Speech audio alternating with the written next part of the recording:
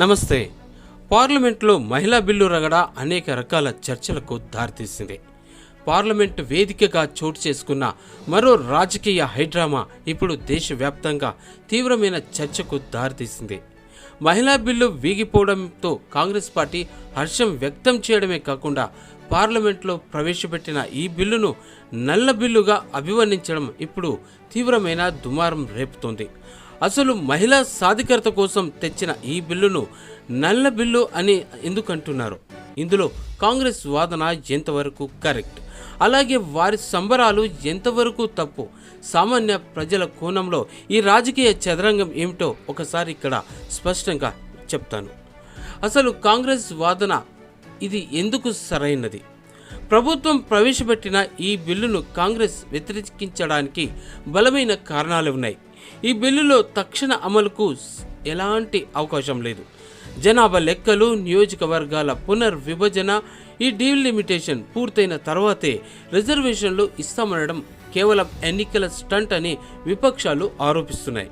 ఇక సెకండ్ది, ఇందులో ఓబీసీ మైనారిటీ మహిళలకు ప్రత్యేకంగా కోటా కల్పించడంపై సామాజిక న్యాయమని విరుద్ధమని కాంగ్రెస్ వాదిస్తూనే ఉంది. ఇక మహిళల పేరుతో ప్రజలను తప్పుదోవ పట్టిస్తూ దశాబ్దాల పాటు అమలుకు నోచుకోని విధంగా షరతులు పెట్టడం వల్లనే దీనిని నల్లబిల్లుగా అని పరిగణించడం సరైనదే అని చెప్పి వాళ్ళంతా సమర్థించుకుంటున్నారు. అయితే కాంగ్రెస్ ఎందుకు ఈ సంబరాలు చేసుకుంది? అసలు ఇది ఎందుకు తప్పు?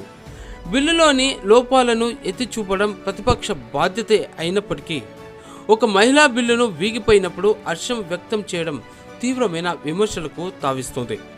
ఇక మహిళలకు చట్టసభల్లో స్థానం కల్పించే ఏ చిన్ని ముందడుగైనా స్వాగతించాల్సింది పోయి అది ఆగిపోయినందుకు పండుగ చేసుకోవడం సామాన్య ప్రజలకు తప్పుడు సంకేతాలు పంపుతుంది.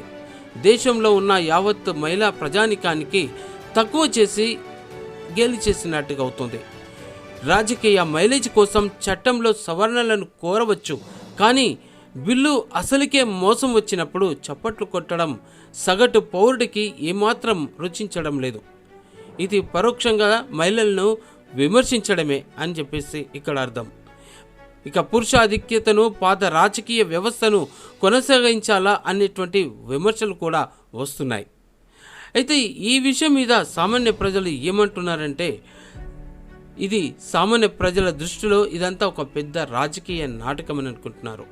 ప్రభుత్వానికి నిజంగా గనుక చిత్తశుద్ధి ఉంటే ఎలాంటి షరతులు జాప్యం లేకుండా నేరుగా అమలులోకి వచ్చే బిల్లును తీసుకురావాలని ప్రజలు కోరుకుంటున్నారు. ఇక అదే సమయంలో ప్రతిపక్షాలు కూడా నిర్మాణాత్మక సలహాలు ఇచ్చి బిల్లు పాస్ అయ్యేలా చూడాలి, కానీ అడ్డుకొని సంబరాలు చేసుకోవడం ఇదేంటని నేరుగా ప్రజలు నిలదీస్తున్నారు. ఇక పెరుగుతున్న ధరలు, మహిళల భద్రత, స్థానిక సమస్యలను వీటన్నిటినీ గాలికి వదిలేసి నాయకులు పార్లమెంట్లో ఇలాంటి రాజకీయాలు చేయడం ఎంతవరకు కరెక్ట్ అని నిలదీస్తున్నారు. తెలంగాణ వ్యాప్తంగా ప్రజల్లో ఈ విషయం మీద తీవ్రమైన అసంతృప్తి వ్యక్తమవుతోంది. ఇక మొత్తం మీద చూస్తే మహిళా బిల్లు వీగిపోవడం దేశ రాజకీయాల్లో ఒక చీకటి రోజని కొందరంటుంటే, లోపభూయిష్టమైన బిల్లు ఆగిపోవడం ప్రజాస్వామ్య విజయమని మరికొందరు జబ్బలు చర్చుకుంటున్నారు, సంబరాలు చేసుకుంటున్నారు. ఈ రాజకీయ పోరాటంలో అంతిమంగా నష్టపోతుంది మాత్రం మహిళలే అని చెప్పక తప్పదు. మరి ఈ వ్యవహారంపై మీ అభిప్రాయం ఏమిటి? కాంగ్రెస్ వాదన కరెక్టేనా? కింద కామెంట్స్లో తెలియచేయండి. ఇలాంటి మరిన్ని వాస్తవ విశ్లేషణల కోసం మా ఛానల్ని సబ్స్క్రైబ్ చేసుకోండి. ఈ వీడియో మీకు నచ్చినట్టయితే 10 మందికి షేర్ చేయండి. నమస్తే.